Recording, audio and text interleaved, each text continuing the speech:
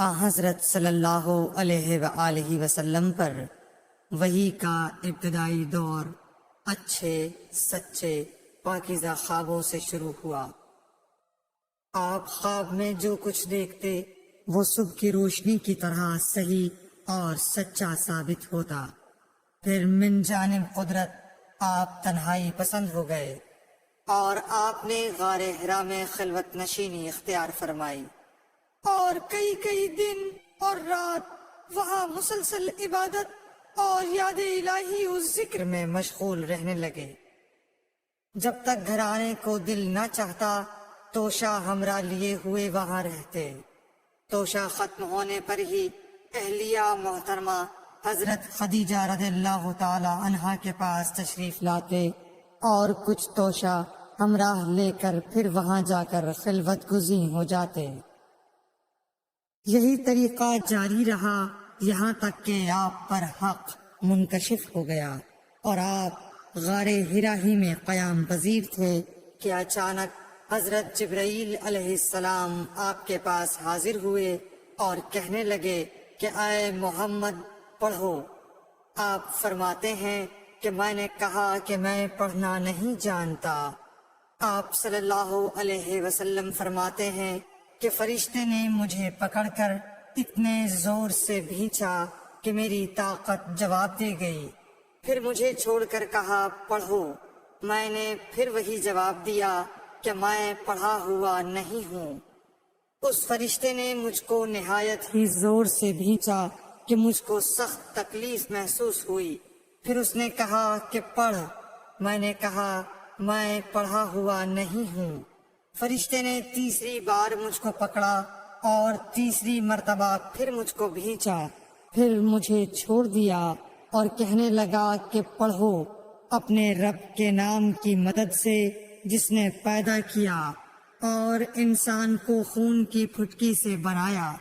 پڑھو اور آپ کا رب بہت ہی مہربانیاں کرنے والا ہے۔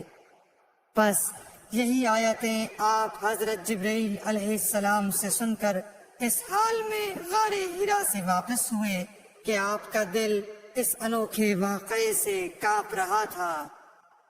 آپ حضرت خدیجہ کے ہاں تشریف لائے اور فرمایا کہ مجھے کمبل اوڑھا دو، مجھے کمبل اوڑھا دو۔ لوگوں نے آپ کو کمبل اوڑھا دیا۔ جب آپ کا ڈر جاتا رہا تو آپ نے اپنی زوجہ محترمہ حضرت خدیجہ رضی اللہ تعالی عنہا کو تفصیل کے ساتھ یہ واقعہ سنایا اور فرمانے لگے کہ مجھ کو اب اپنی جان کا خوف ہو گیا ہے۔ آپ کی اہلیہ محترمہ حضرت خدیجہ رضی اللہ تعالی عنہا نے آپ کی ڈھارس بندھائی اور کہا کہ آپ کا خیال صحیح نہیں ہے۔ اللہ کی قسم آپ کو اللہ کبھی رسوا نہیں کرے گا۔ آپ تو اخلاق فاضلہ کے مالک ہیں۔ آپ تو کنبہ پرور ہیں، بے کسوں کا بوجھ اپنے سر پر رکھتے ہیں، مفلسوں کے لیے آپ کماتے ہیں، مہمان نوازی میں آپ بے مثال ہیں اور مشکل وقت میں آپ امر حق کا ساتھ دیتے ہیں۔ ایسے اوصاف حسنہ والا انسان یوں بے وقت ذلت و خواری کی موت نہیں پا سکتا۔ پھر مزید تسلی کے لیے حضرت خدیجہ رضی اللہ تعالی عنہا آپ کو ورقہ بن نوفل کے پاس لے گئیں جو ان کے چچا زاد بھائی تھے اور زمانہ جاہلیت میں نصرانی مذہب اختیار کر چکے تھے اور عبرانی زبان کے کاتب تھے۔ چنانچہ انجیل کو بھی حسب منشاء خداوندی عبرانی زبان میں لکھا کرتے تھے۔ انجیل سریانی زبان میں نازل ہوئی تھی، پھر اس کا ترجمہ عبرانی زبان میں ہوا۔ ورقہ اسی کو لکھتے تھے۔ وہ بہت بوڑھے ہو گئے تھے، یہاں تک کہ ان کی بینائی بھی رخصت ہو چکی تھی۔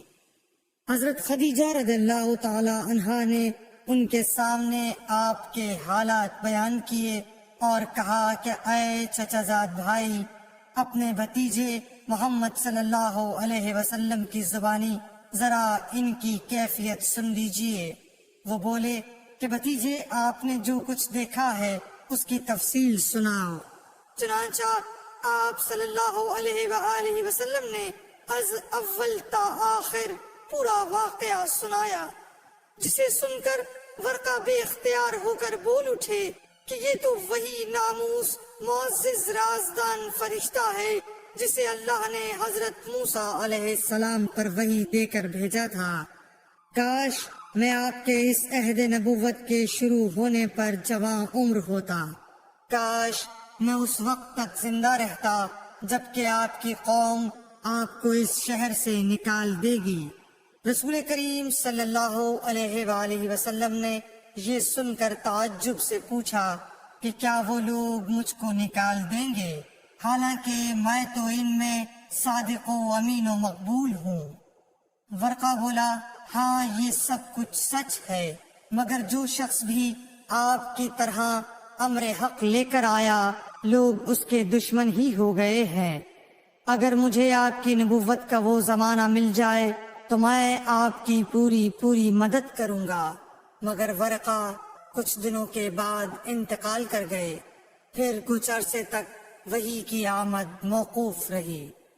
صحیح بخاری حدیث نمبر 3۔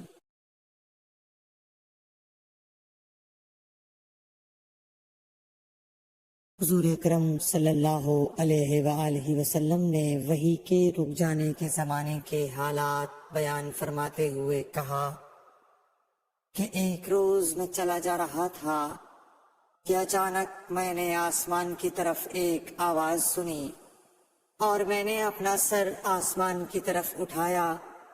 کیا دیکھتا ہوں کہ وہی فرشتہ جو میرے پاس غار حرا میں آیا تھا وہ آسمان و زمین کے بیچ میں ایک کرسی پر بیٹھا ہوا ہے۔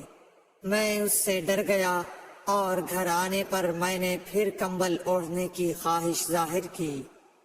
اس وقت اللہ پاک کی طرف سے یہ آیات نازل ہوئیں، اے لحاف اوڑھ کر لیٹنے والے، اٹھ کھڑا ہو اور لوگوں کو عذاب الہی سے ڈرا، اور اپنے رب کی بڑائی بیان کر، اور اپنے کپڑوں کو پاک صاف رکھ اور گندگی سے دور رہ۔